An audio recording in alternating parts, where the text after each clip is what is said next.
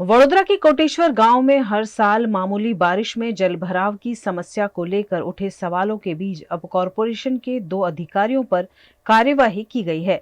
City engineer Alpesh Majumdar द्वारा इस मामले में वार्ड 18 के कार्यपालक इंजीनियर विशाल ठाकुर और एडिशनल असिस्टेंट इंजीनियर पार्थराज दवे को सोकॉज नोटिस जारी किया गया है। અમે જ્યારે કોટેશ્વર નાડું જે છે તે રાતોરાત એટલે બહુ જ ટૂંકા સમયની અંદર એ નાળાની કેપેસિટી વધારવાનું અમે આ વર્ષે કામ કર્યું।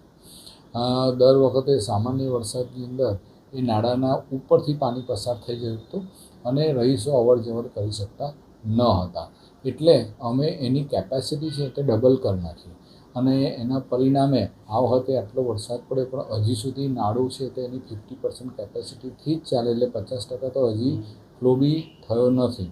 એટલે એની કેપેસિટી વધારવાના કામ કરવાના ભાગરૂપે જે આજુબાજુના અપ્રોચ રસ્તા હોય એ પણ ઓબ્વિયસલી ખોદાણ થયું એટલે ડેમેજ થયા હતા।